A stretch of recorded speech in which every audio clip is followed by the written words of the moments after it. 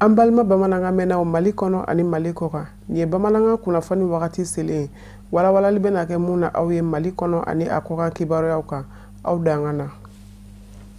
Mali jamana kɔri sɛnɛlaw ka jɛkuluba ka lajɛrɛba kɛra ni o ye forum ye a kɛra ka bɛn avril kalo tile 11 tɛmɛnen na ma CICB la Bamakɔ a lajɛrɛ ɲɛmaya tun bɛ Mali jamana minisiri ɲɛmaa bolo ni o ye Sumelu Bube Mayiga ye gouvernement maa caman ye ɲɔgɔn sɔrɔ a kɛnɛ kan Sherifula Jabaranso tɔgɔ la Amadou Diallo a n'a ka jatala Daramani Male kumakan min lase mɔgɔ min fɛ Amadou Kamara don. Mali kɔri sɛnɛlaw u ka kuluba o y'u ka lajɛrɛba kɛ lajɛrɛ min senfɛ u da bi se san nata o kɔriko lahalayaw ma o kadira kɔnɔna na u y'a kanu ɲinan san kɔnɔ ka kɔri tɔni miliyɔn 1 kɛ. Kɔri sɛnɛ ale ye nafasɔrɔ siraba ye an ka jamana kɔnɔna na min nafa ka bon kosɛbɛ an ka jamana musakakow la sabula jateminɛna a yirala k'a fɔ ko maa miliyɔn 4 Mali kɔnɔ olu ka baara bɛɛ lajɛlen ɲɛsinnen bɛ kɔri sɛnɛ ma wa u dahirimɛ bɛɛ lajɛlen bi sɔrɔ kɔri sɛnɛ na. Mali kɔri sɛnɛlaw ka ɲɛmaaba n'o ye Elhaji Bakari Togola ye ale y'a yira k'a fɔ ko u ka ɲinan laɲini n'o de ye ka kɔri tɔni miliyɔn 1 kɛ ko a hakilina ɲuman bɔra jamanakuntigi Elhaji Ibrahim Boubacar Keita la bari sabu k'a da kan a kɛlen bɛ ka dɛmɛ min ta ko ɲɛsin sɛnɛkɛlaw ma kɛrɛnkɛrɛnnenya la kɔri sɛnɛlaw k'o jɔyɔrɔ ka bon kosɛbɛ. N'an b'a fɛ tɔni miliyɔn 1 ou bien tɔni miliyɔn 2 ka sɔrɔ wajibi don an ka fara jɔ fara usine kan usine kɔrɔ mun bɛ yen an ka se k'o moderniser k'o kɛ kura ye an kana da o ma an ka se ka kɔri yɛrɛ bayɛlɛma Mali kɔnɔ yan tɔni miliyɔn 1 n'an y'a sɛnɛ k'a wurusi dɔrɔn k'a mugu ta ka taa ji jɔ wɛrɛ ma ka baara kɛ ça veut dire que an b'an ka jamana fa donc n'an sera k'a sɛnɛ k'a wurusi yan ka tila ka bayɛlɛma Mali kɔnɔ yan donc baara ko min ye fɔlɔ a bɛ caman k'o la. Donc ne ta ye k'a fɔ a tɛ se ka kɛ ne kelen tun tɛ se k'o fɔ a bɛ se ka kɛ ne kelen tun tɛ se k'o fɔ mais cikɛlaw nana kɔri sɛnɛla dugu o dugu a bɛɛ ka représentant bɛɛ yan olu ko k'a bɛ se ka kɛ dɔw yɛrɛ kumana a bɛɛ y'a mɛn dɔw ye tɔni miliyɔn 1 ni 200 000 fɔ muso yɛrɛ an balimamuso min kumana ko tɔni miliyɔn 1 ni 400 000 ko yɛrɛ bɛ se ka kɛ donc o bɛ ne ka kuma sɔnji la. Jamanakuntigi Ibrahim Boubacar Keita anw Sikaso filiyale an ka foli kɛrɛnkɛrɛnnen de bɛ e ye sabula nin kɛnɛ in kan n'an m'e fɔ an bɛ kɛ fitiriwale usine kelen fana bolo dalen no min ye kɔri wurusi usine ye ni o kan ka jɔ dilan Kɔlɔnjɛba bɛɛ b'a dɔn Kɔlɔnjɛba fana ye cercle min ye yɔrɔ do yɔrɔ min bɛ kɔriba sɛnɛ kosɛbɛ mais ni kɔri wurusi waatiw sela u ka kɔriw de bɛ ta ka yɔrɔ janw sɛgɛrɛ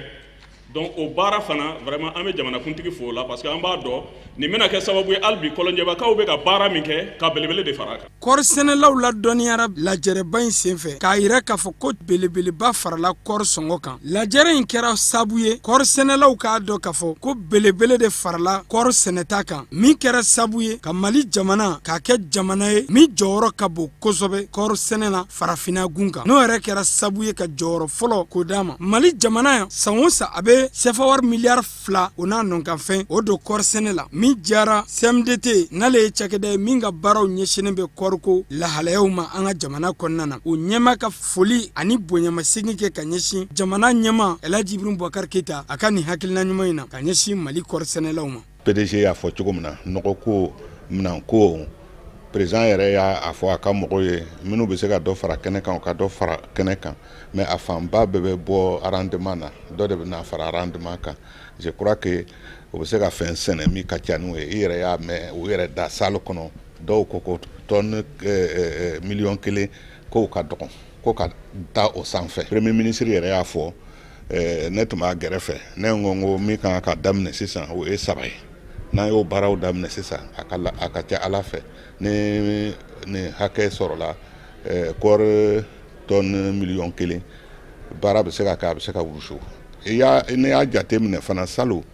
kɔri min sɔrɔla 728 tonnes technicien tun ko capacité tɛ tɛmɛ 600,000 ni dɔɔni kan pourtant a bɛɛ wurusura ka bɛn n'a wagati ye. Ka aw ladɔnniya k'a fɔ ko kɔɔri sɔngɔ san 2019 ka taa bila san 2020 na ko buruburuni farala kan bari ɲinan san kɔnɔna na a kilo o kɛra 55 ye. Jamana minisiri ɲɛma Sumelu Bube Mayiga jamana ɲɛmɔgɔ tɔgɔ la a ye foli ani barakada kɛ ka ɲɛsin nin kɔɔri sɛnɛla ninnu ma ni ka sɔrɔ ka wele kɛrɛnkɛrɛnnen bila u ma yaasa bɛɛ lajɛlen ka wuli k'i jɔ k'i tɛgɛ di ɲɔgɔn ma yaasa ni laɲini o bɛ se ka sabati cogo min na. Kalanbulon dɔ dayɛlɛla ANPE fɛ ni o bɛ tali kɛ ka ɲɛfɔli kɛ ordre automatique ɲɛfɔli kan walasa ka denmisɛnninw ka baarakɛtaw hakɛw dɔn.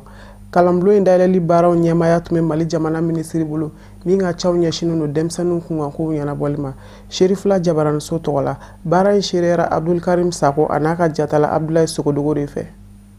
Ni atelier de formation hakilina bɔra Agence nationale pour l'emploi ANPE o yɔrɔ ka ɲɛsin Conseil national des bureaux de placement payant et entreprises de travail temporaire n'u ko ma CONABEM a bɛ tali kɛ baarakɛminɛ min kan o de ye registre officiel des offres et demandes d'emploi n'o ye ordre automatique ye. Laɲini min b'a la o de ye ordre automatique mɔgɔw ka se k'a faamuya kɛrɛnkɛrɛnnenya ma CONABEM maaw minnu ka baara bɛ tali k'a kan. ANPE ale ye cakɛda ye min ka baara ɲɛsin bɛ baara koɲɛw ma kɛrɛnkɛrɛnnenya ma baara ɲininaw ani baara dilaw kunnafoni ɲini sira kan ka di baara ɲininaw ma ani baara ɲini yɛrɛ sira kan. Cakɛda wɛrɛ minnu ka baara ye ka kunnafoniw lase ANPE ma o siraw kan n'a bɛ fɔ ma bureau privé de placement ani entreprise de travail temporaire kunnafoni sɛgɛsɛgɛlenw ka se ka lase olu fɛ ANPE ɲɛmaw ma kɛnɛ a laɲini belebele dɔ ye o ye walasa baara ɲinita hakɛw ka se ka dɔn ani baara hakɛ min sera ka sɔrɔ ka di maaw ma o jatedaw ka se ka dɔn. Statistique minnu bɛ sɔrɔ bureau ni kɔnɔna na bureau privé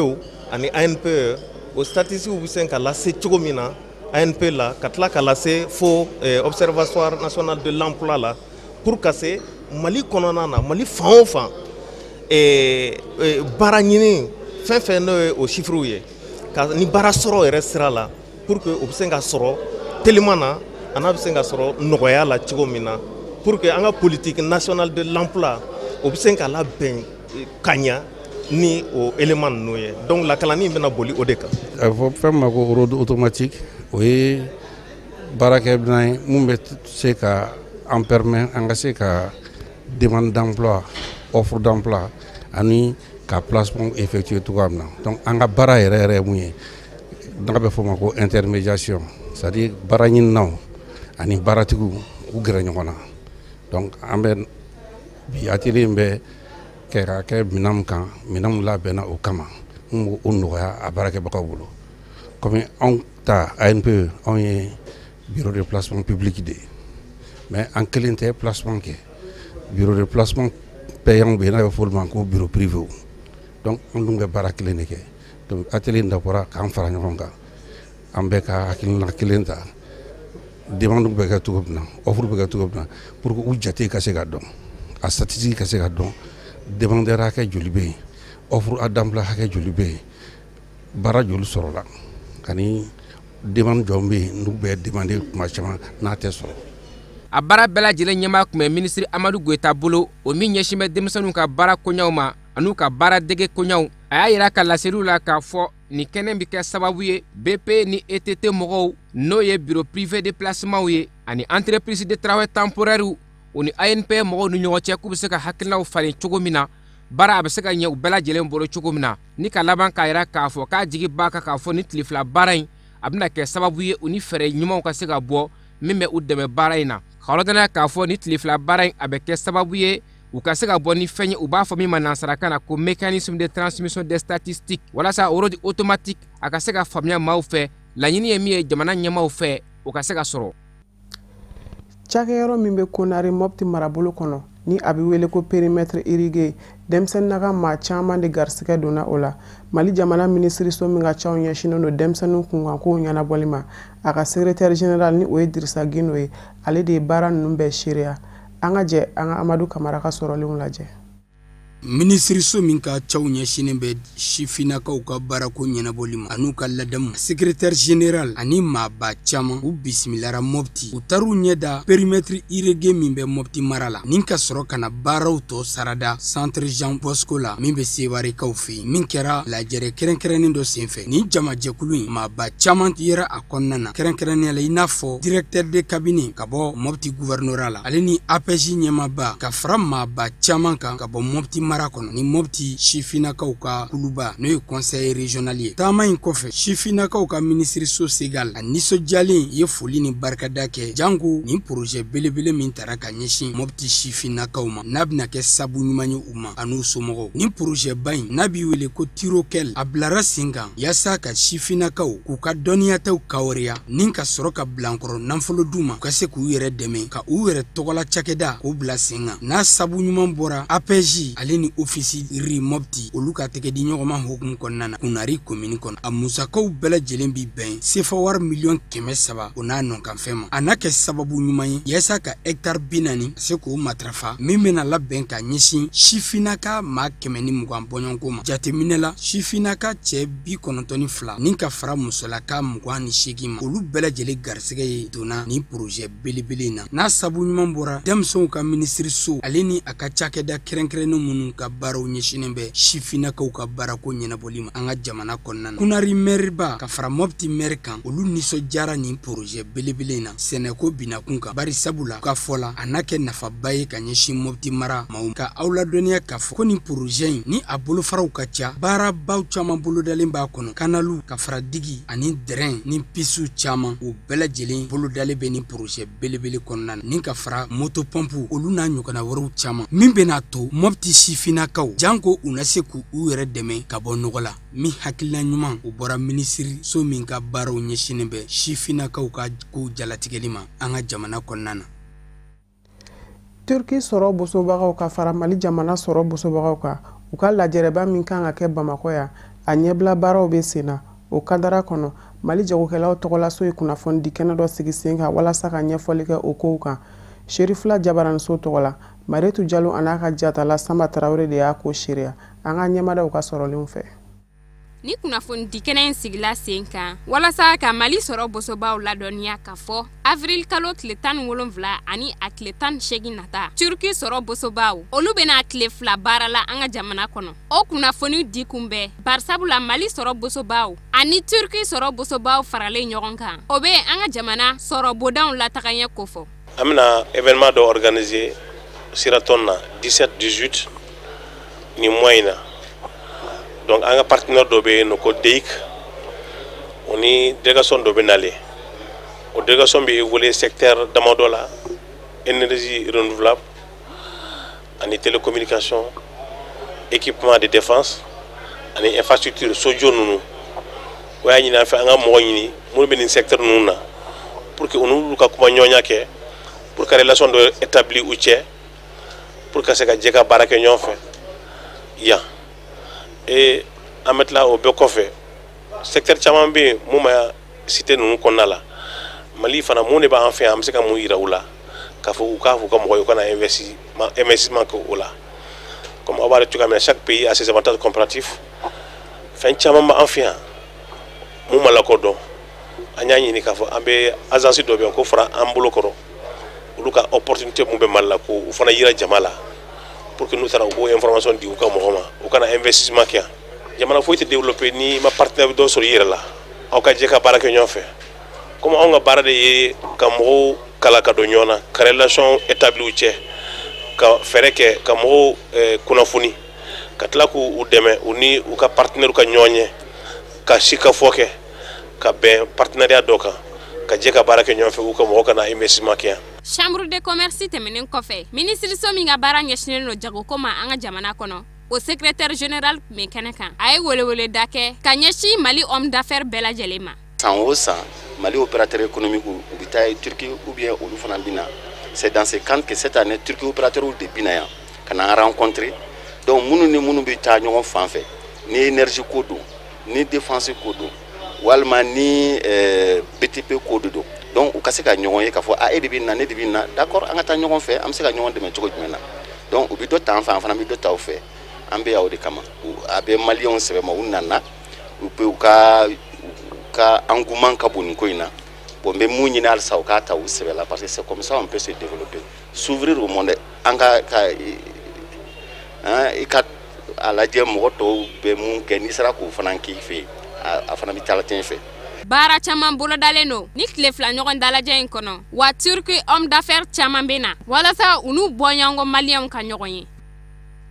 Denmisɛnninw tɔgɔ la émission min bɛ sigi radio sigida kunkan FM kan Madame Kone Fatumata Dugure fɛ a san 5 ɲɛnajɛ baaraw bɛɛ kɛra ka bɛn marisi kalo tile 30 tɛmɛnen na ma min ni a denfaya tun bɛ Sheikh Mohamed Makiba de bolo ni ale ijuma ɲɛmaaba ye Amidou Badini bɛna dɔn ɲɛfɔ an ye o la.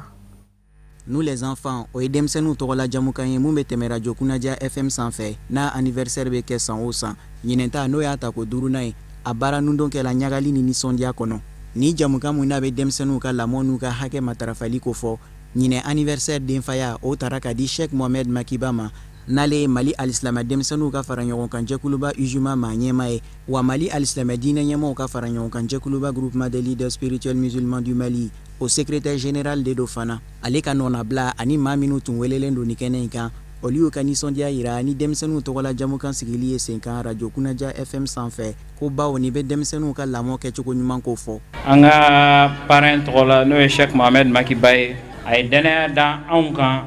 an ka na a jɔyɔrɔ fa nin kɛnɛ in kan a ye min fɔ an ye kɛrɛnkɛrɛn ma o ye foli ye k'a lase an balimamuso ma n'o ye Madame Kone Fatumata Dugure a bɛ cɛsiri min na Ala ka diinɛ la Ala wasara seere anw ni a ye ɲɔgɔn dɔn diinɛ baara de la o don an b'a jigiya k'a fɔ o ye ɲɔgɔndɔnw la kunnandi ye o ɲɔgɔndɔn fana an b'a jigiya k'a fɔ a bɛ taa laban fo alijinɛ kɔnɔ o la a bɛ cɛsiri min na diinɛ baara la a bɛ cɛsiri min na nin baara in na radioso in kɔnɔ yan an ka foli bɛ a ye an b'a yira a la k'a fɔ n'a wulila su an b'a kɔ n'a wulila tile an b'a kɔ n'a y'i kɔfilɛ kuma o kuma a b'an sɔrɔ a kɛrɛfɛ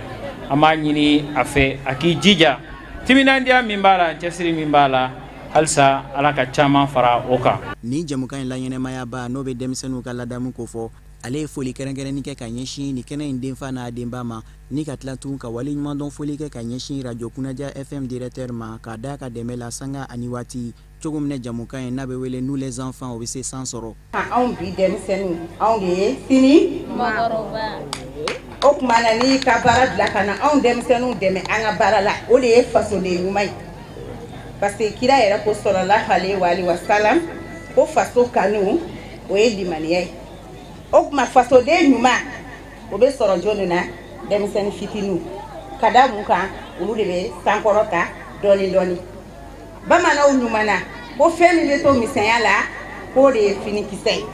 bon anw denmisɛnninw a kana tigɛ anw na n'i ye cɛba o cɛba ye bi i b'a sɔrɔ a bɔra dalen ka sigi ka ŋunuma ka tagama kuma tɛ n'i ye dannifɛn yɛrɛ turu dugukolo kan don min na a tɛ falen o don a bɛ mɔn dɔɔni dɔɔni de n'a mɔnna fana ka jɔ a tɛ bulu bɔ o don a bɛ bulu bɔ dɔɔni dɔɔni n'a ye bulu fana bɔ a tɛ feere o don a bɛ feere dɔɔni dɔɔni n'a feerela fana a tɛ den o don a bɛ den dɔɔni dɔɔni i b'i jigi da kan n'i ye yiri turu don min na i t'a mɔn sɔrɔ o don dɛ wa i t'i sigi a suma kɔrɔ o don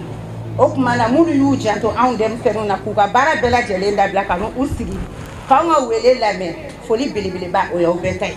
Fɛn mun ye dɔnkili mpo ye ni ɲɔgɔlɔn ye o tun bɛ yen nɔ maaw ka nisɔndiya kosɔn wa wale ɲumandɔn diplôme o dira maa dɔw ma ni kɛnɛ in kan Ala ka san wɛrɛ ta yira an kɛnɛma na. O de b'an sɛnsɛn ka taa diɲɛ fan wɛrɛ kunnafoniw kan Musa Fɔnbaga sɔrɔlenw don.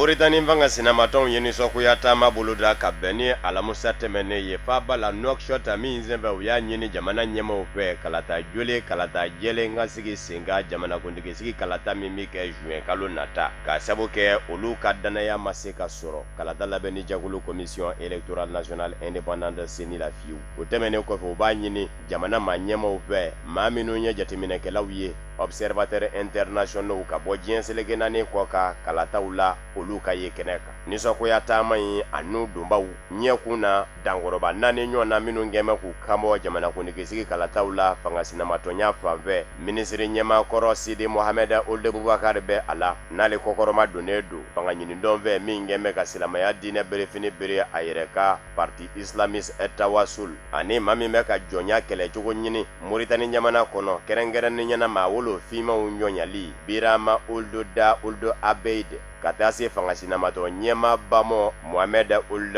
Moloud ani kunnafonidila kɔrɔ dɔ Amidou Baba Kane olu de bɛ nisɔngoya taama in ɲɛkun na ka fara forobatɔ ɲɛmɔgɔw ni fanga ɲinidɔn wɛrɛw kan u y'a yira k'a fɔ kalata labɛnni jɛkulu commission électorale nationale indépendante CENI olu ka jateminɛ bɔra fɛn min kan n'a bɔra maa kelen na a kɔnɔmaw la tɔ bɛɛ lajɛlen bɛ ka jamana ɲɛma Ould Abdelaziz ka cɛbɔ jiralen de kɔkɔrɔma don ni o y'a ka minisiri ye min ɲɛsin mɛ surasiya mɔ Général Mohamed Ould Ghazouani an b'aw ladɔnniya k'a fɔ jamana ɲɛma Mohamed Ould Abdelaziz surasi kɔrɔ don général kɔrɔ don a nana fanga na ka fɔ jaso de senfɛ san 2008 san 2009 a ye kalata labɛn k'i coko san 2014 ka dɔwɛrɛ labɛn k'i coko n'a ma ɲa k'a fɔ mandat da ye 2 ye a tɛ se k'i kanbɔ san 2019 juin kalo nata kalata la o de y'a to a ye a ka minisiri jira ko o bɛ kɛ a ka cɛbɔ ye o ka se ka kɛ jamana ɲɛma ye a nɔ na.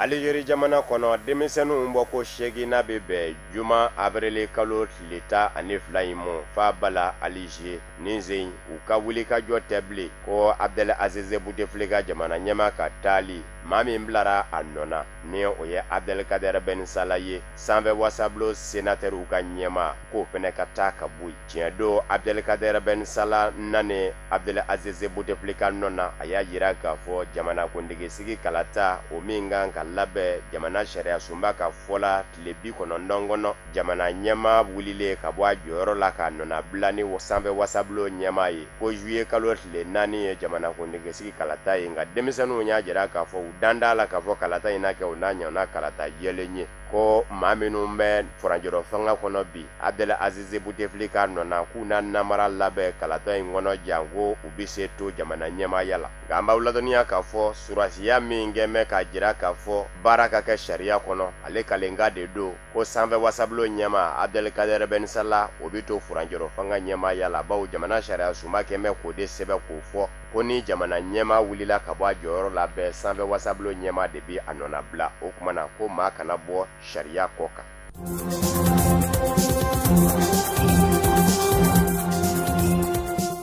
Benin jamana ɲɛma Patrice Talon ye a ɲini fangasinamatɔ ɲɛmaw fɛ k'u ka kɛ basigi karamɔgɔ ye u kana tasuma bila jamana na ka sabu kɛ ko kalata ko dan b'a yɛrɛ ye wasadensigi kalata min bɛ kɛ avril kalo tile 28 ni o kɛn bɛ ka jira k'a fɔ fangasinamatɔ ɲɛma dɔw sen tɛ se ka don kalata in na ka sabu kɛ u ma sariyaw bɛɛ lajɛlen dafa janko u ka se ka ye a kɛnɛ kan k'o ta bɛ kɛ sababu ye fangasinamatɔw dɔw b'a fɛ ka jamana sigi a sensabara kɔnɔ k'o t'o kun bɔ. Patrice Talon ye a jira a ka kɔrɔfɔ la Alamusa tɛmɛnen k'a fɔ nin jamana in n'o y'a sɔrɔla a kanu b'u la i n'a fɔ u bɛ k'a fɔ cogo min n'o y'a sɔrɔla u b'a fɛ k'a mara don dɔ la olu man k'a fɔ k'u b'a ci u man k'a fɔ k'u b'a jeni a ko ka maaw wele ka kɛ jamana jenini kan k'a sabu kɛ ne sema don wasadensigi kalata la k'o tɛ ɲɛma ka baara ye a ko wa ale tɛna jɛn n'a ye fana ka kɛ an b'aw ladɔnniya k'a fɔ mars kalo daminɛ na kalata labɛnni jɛkulu commission électorale de sina ka maa dɔw de sen bɔ kalata la kɛrɛnkɛrɛnnen ɲɛna fangasinamatɔw bɛɛ n'a bɔra fanga ɲinindɔn fila la minnu fɛnɛ ka suru jamana ɲɛma Patrice Talon na fangasinamatɔ bɛɛ sen bɔra k'a sabu kɛ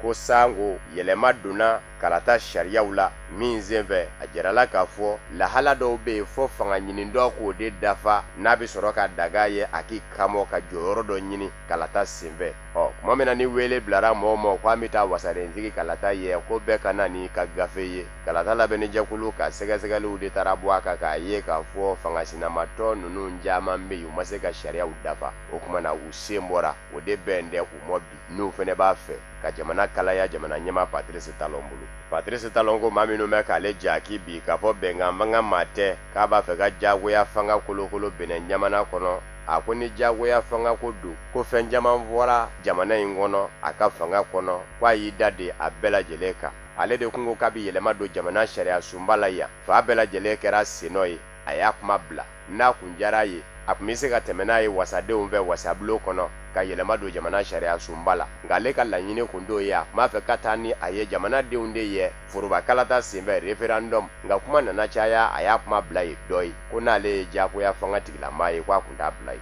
ale ye maa min ye bɛnkan fanga taabolo ka d'a ye nka jamana fɛnɛ kɔnɔ yɛrɛsago kɛ a tɛ diɲɛ ni o de fɛnɛ ye o tumana fanga sinamatɔw k'a dɔn k'a fɔ u bɛ ka hakilina min da k'u bɛ jamana in di wali kelen k'u b'a jeni k'a tɛna jɛn n'a kɛtɔ ye maa fɛ.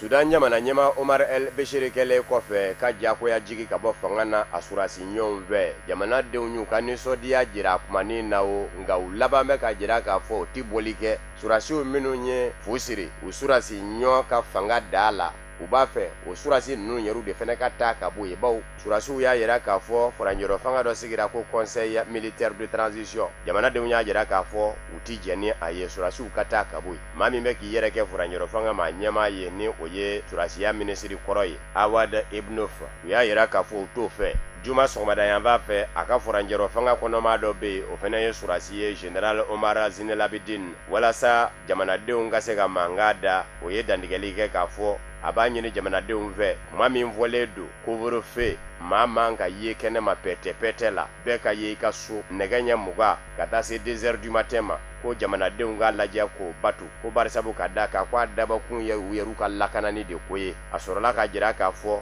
surasiw tɛna to fanga na surasiw b'a fɛ ka fanga in bila maa nanamasumaniw de ka bolo kan i n'a fɔ jamanadenw y'a kanu cogo min nin kɛra général Omar Zinelabidin ka kumaw ye ka lase jamanadenw ma bawo jamanadenw dan bɛ daga minɛ surasiya dala kabini Omar El Bashir ka fanga ma bi a ka fanga binnen fɛnɛ u ko k'u t'a fɛ surasiw fɛnɛ ka kɛ jamana ɲɛmaaw ye u ban bɛ ka taa u ka so k'u n'a ye surasiw dala su ani tile hali n'o y'a sɔrɔla couvre-feu bɛ yen fɔ surasiw ka fanga in de bila maa nanamasumaniw k'a ta a ma ladɔnniya k'a fɔ kabini mankan in daminɛna décembre kalo tile 19 Omar El Bashir nɔfɛ Sudan ɲamana kɔnɔ k'a sabu kɛ dɔ farala buru dunta sɔngɔ kan kunnafoniw y'a yira k'a fɔ maa 40 ani maa 9 de bɔnɛna a nina surasiw fɛ.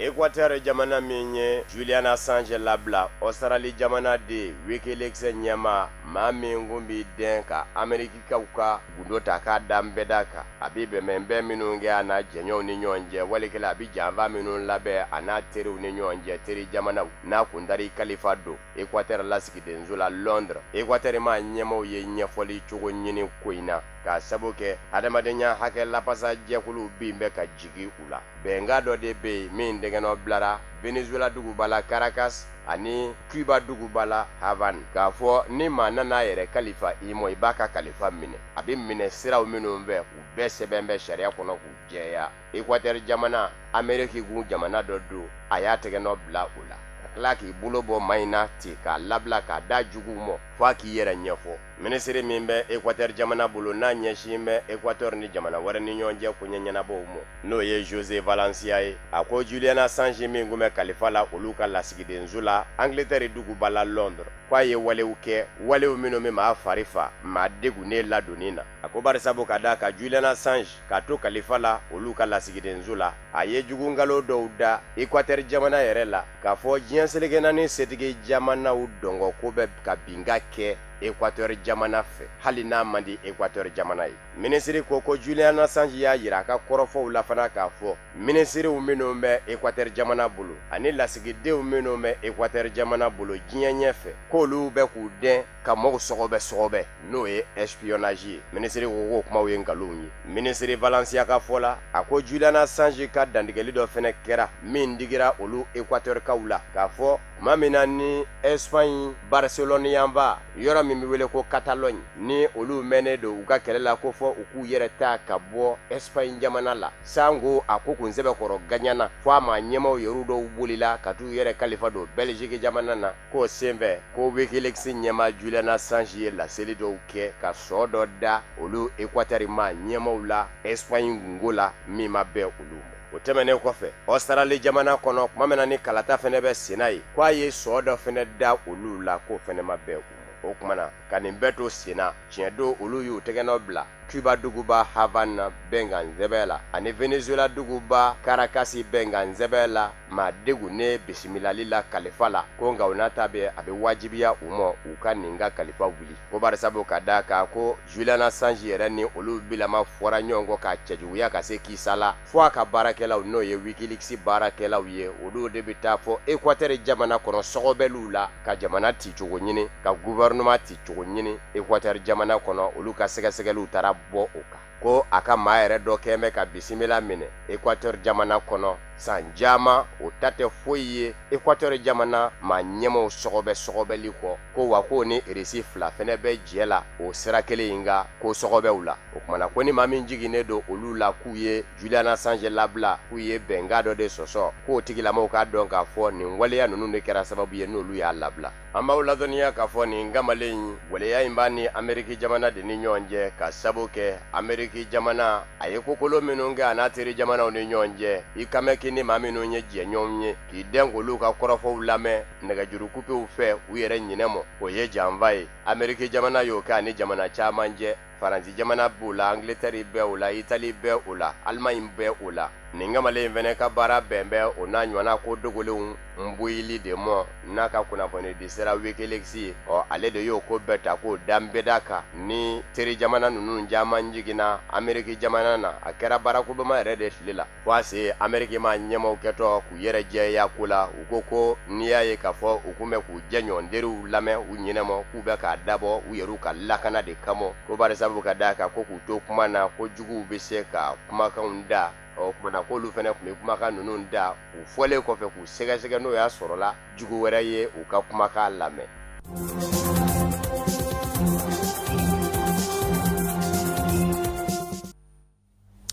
Nin ye kunnafoni ye min ni a bɔra alisilamɛya diinɛ dɛmɛtɔ Ansaru yɔrɔ la an fa ani an karamɔgɔ ni ale silamɛya diinɛ dɛmɛtɔ Ansaru ɲɛjɛyɔrɔ ye Seydi Sherif Usman Madan Aidara ka fara Fédération Ansardine International kan k'u dusukun tɔɔrɔlen b'a da bɛɛ lajɛlen tulo kan k'a fɔ k'u balimakɛ u denkɛ ni o ye an karamɔgɔ Elhaj Buna Ɲang ye ko a ye an dabama ka wele jaabi ka bɛn bi jumadonya in ma ko ni Ala ye dimanche yira na avril kalo tile 14 a ka janaja seliw bɛɛ bɛ kɛ Bangɔni Janginɛbugu misiri la nɛgɛ ɲɛ 10 wagatiw la ni ka sɔrɔla ka labanna k'a sɛnsɛn ka taa da a ka dayɔrɔ laban na don ɲuman na an b'a fɔ ko Ala ka hinɛ la kunnafoni in tɛgɛ nɔ bila la Fédération Ansardine International ɲɛma dankan de fɛ ni o ye Moribo Jalo ye o de fana bɛ dan sigi bi bamanankan kunnafoni sɔrɔlenw na min labɛnna kunnafoni diso ɲɛmayaso fɛ ka bɛn ni nin tuma in ye an b'a fɔ ko Ala ka waati wɛrɛw yira an na